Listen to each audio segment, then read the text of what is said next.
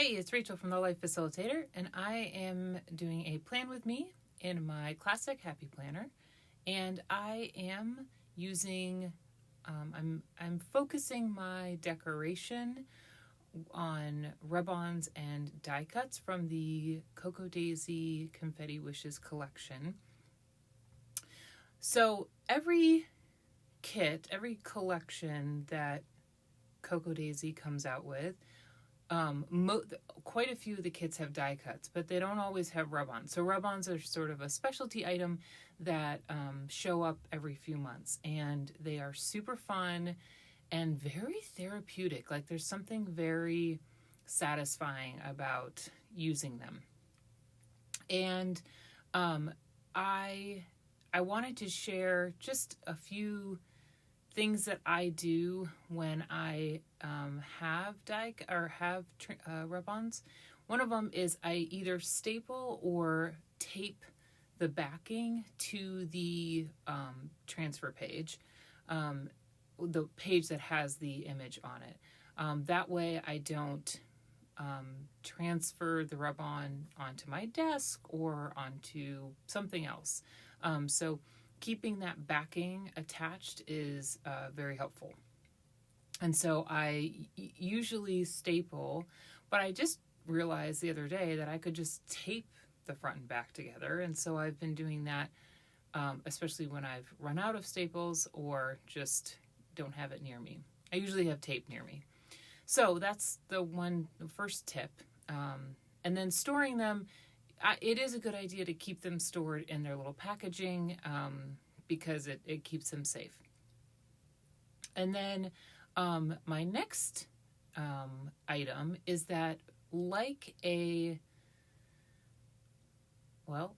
like anything, but as you can see what I just did, you can choose how much of something you want to transfer onto the page. And so I didn't want that little element to be covering the flower or the plant, and so I just transferred the part that I wanted.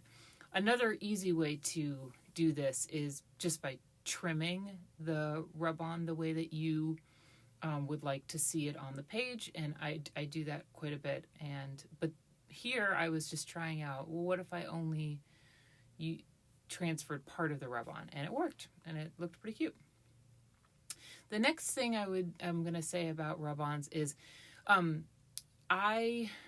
it's not necessarily about how hard or how much you do need to use some pressure, but I also think it's about just a little bit of patience. I mean, obviously I've sped up this video, but I probably I don't know how to say this. Maybe I over transfer. Like I just want to make sure that it's on there. And so I tend to take my time with them.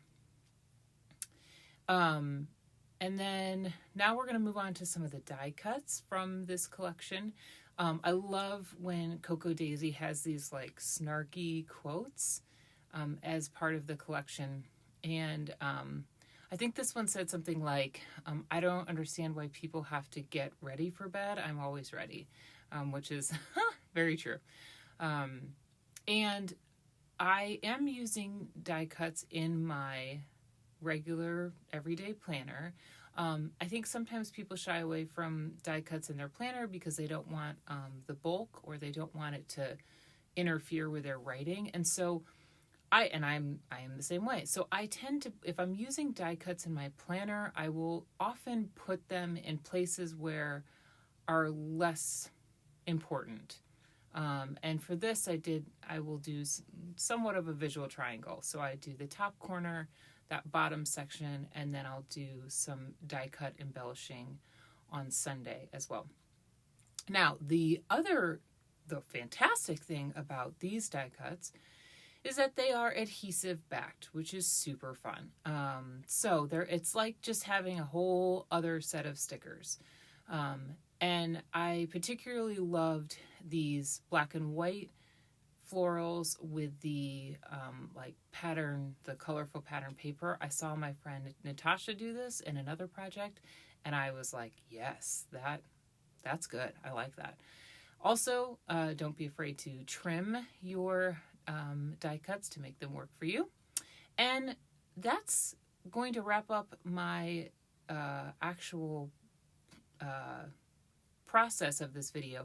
I'm going to leave some final photos with after I've planned out the rest of the week, and some of the things that I add. I add a couple more die cuts on each of the days. I really want to use those birds, and so I'll add the birds and some of the other die cuts on each of the day, because I'm trying to have a focus for each day, and so I used a die cut to sort of like illustrate that focus, I guess. And so, yeah, make sure to check out the blog post that goes with this video, and to see what the rest of our creative team did with die cuts and rub-ons. Thanks so much for watching, and I'll see you in my next one.